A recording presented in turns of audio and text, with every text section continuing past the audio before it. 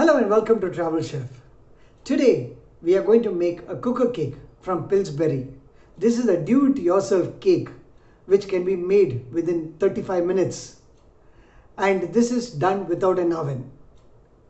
Also, the Pillsbury's cake mix is 100% vegetarian and it can be prepared in the comfort of one's home. Pillsbury has brought out two varieties in this pressure cooker cake mix. One is in chocolate, another one is in vanilla. We have bought the vanilla cake mix to review it as well as to see how good it gets. Also, this is an eggless cake and this is an easy to make DIY cake which can be done under 35 minutes.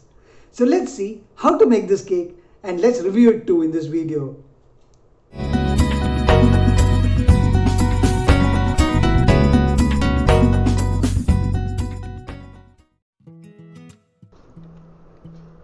The Pillsbury cake mix is a simple, easy to use DIY cake mixture that can be found in any online store or supermarket.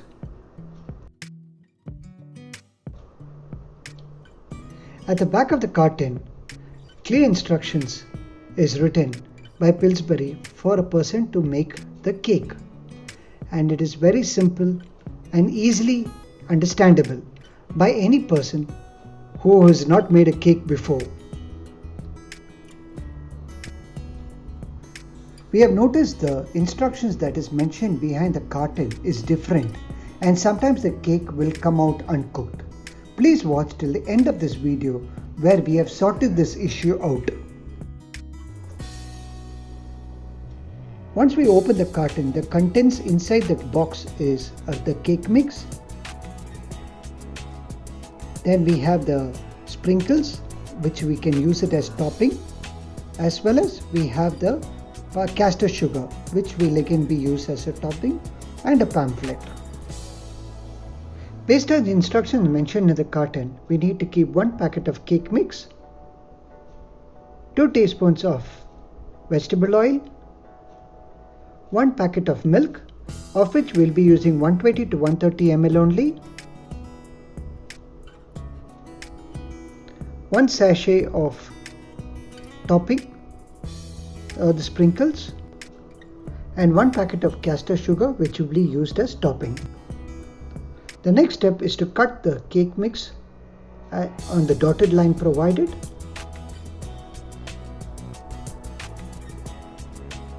And the next step is to empty the contents in a clean bowl.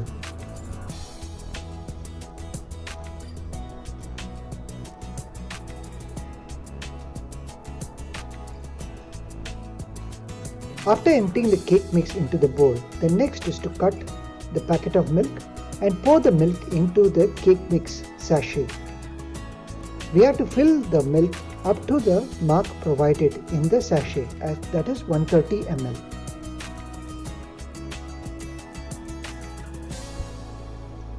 The next step is to ensure that 130 ml of milk has been poured into the packet. This we can do so by holding the top of the packet.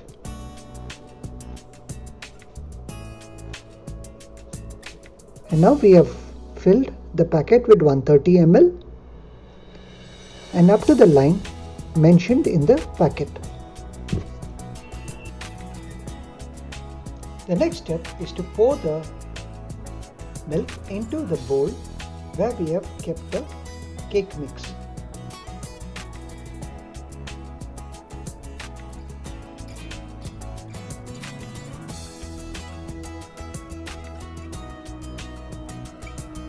The next ingredient to be added is the 2 teaspoons of oil that we had kept aside previously,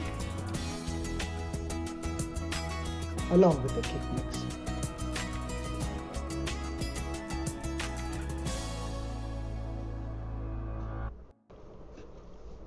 The next step is to mix all the ingredients together with a spoon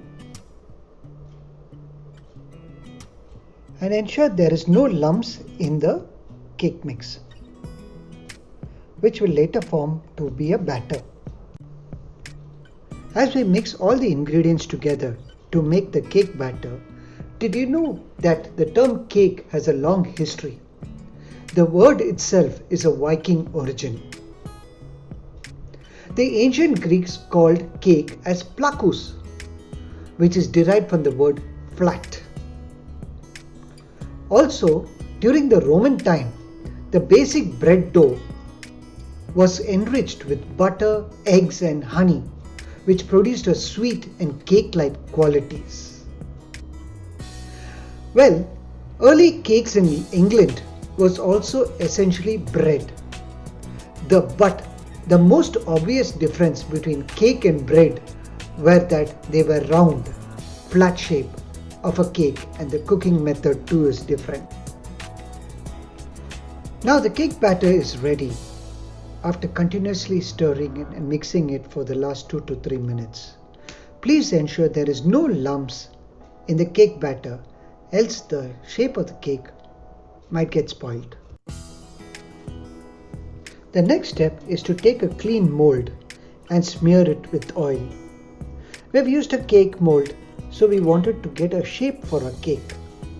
But it would be advisable that you use a flat mold, because this will have a problem once we use the decorations, which comes at the end of the cake making process.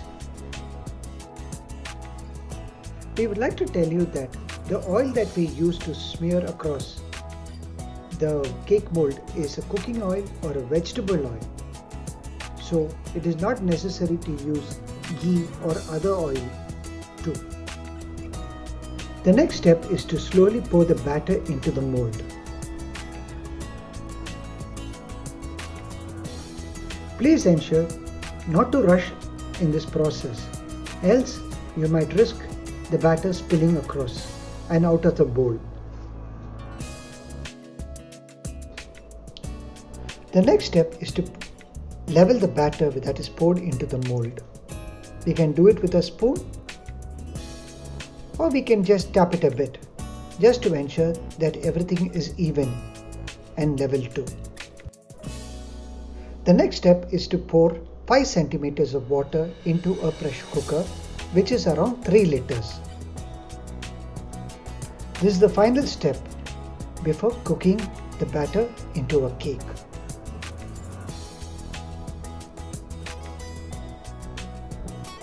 The next step is to place the mold into the pressure cooker, cover it, and place it on a stove on high flame till the steam comes out of the pressure cooker. And now we have lit the stove.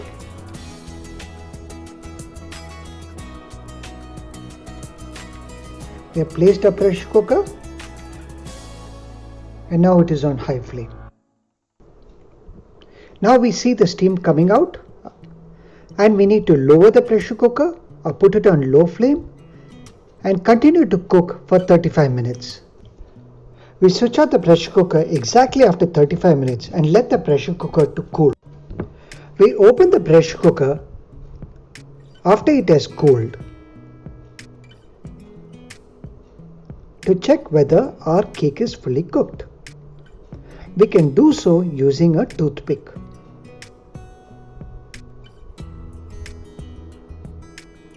A toothpick is used to exactly check whether a cake is cooked. So if a cake is fully cooked, the food particles will not stick onto the toothpick. This shows our pressure cooker cake is ready. The next step is to scrape the cake out of the cake mold.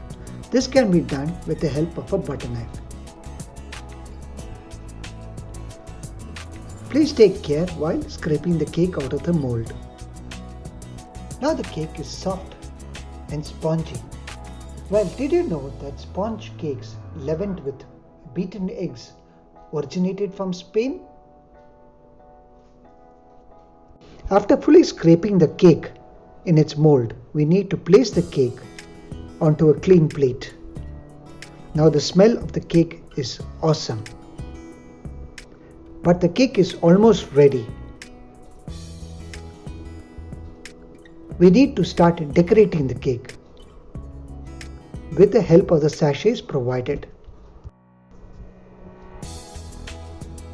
The next step is to begin cutting both the sachets provided The first sachet provided, which is in white in color, is the sprinklers.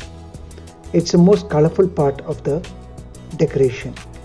But we will keep the sprinkling later, because the first step we need to do is to add the sugar or the castor sugar on top of the cake.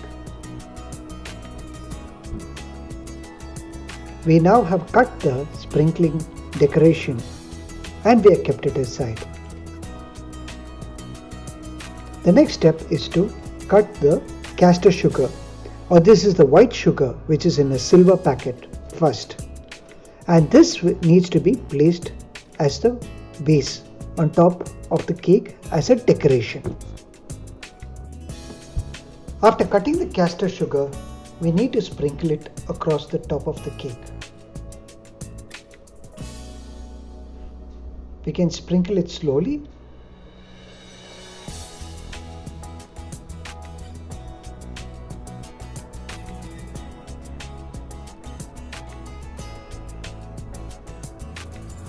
After fully sprinkling the sugar, we need to level the powder across the cake evenly.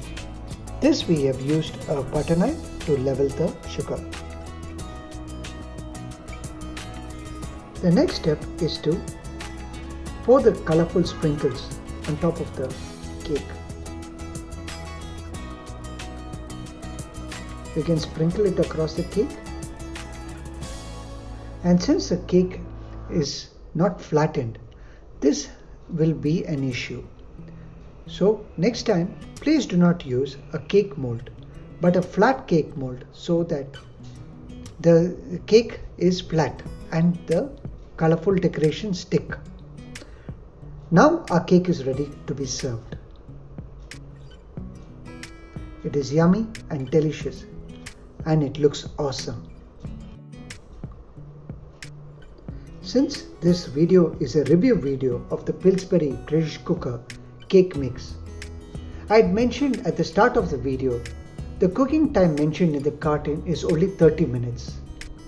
But in the accompanying pamphlet, which is in various languages, it is mentioned that the cooking time is 40 minutes.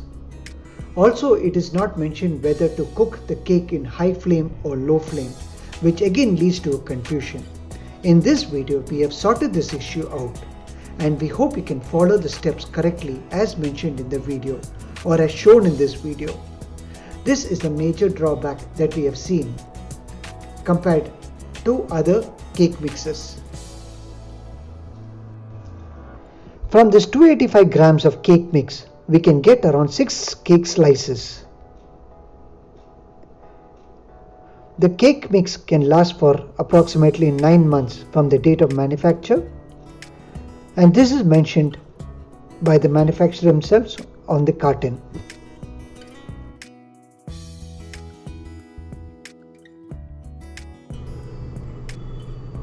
How's it? Nice.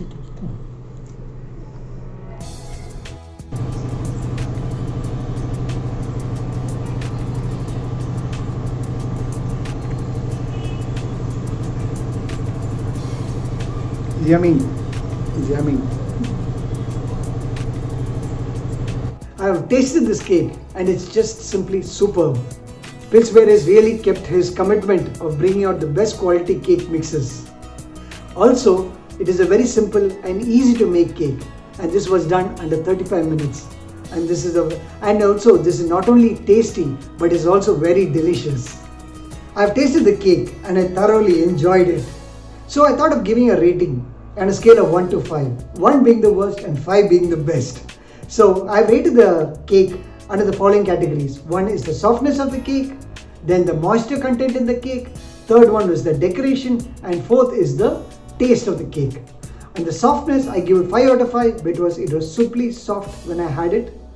And secondly, the moisture content in the cake. The moisture content, I can give it as a 4 out of 5 because it is not there was not much of moisture in it because we pressure cooked it.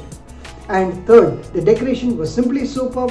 The quality of content provided by Pillsbury in the sachets and the decoration was simply superb.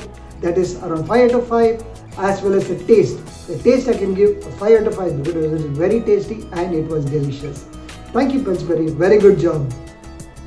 I hope you love watching our videos and I request you to share it with your friends if you really find it useful. Please don't forget to like, share and comment on our videos. Also don't forget to subscribe to our channel too. Until the next video, take care, see you soon. Bye bye.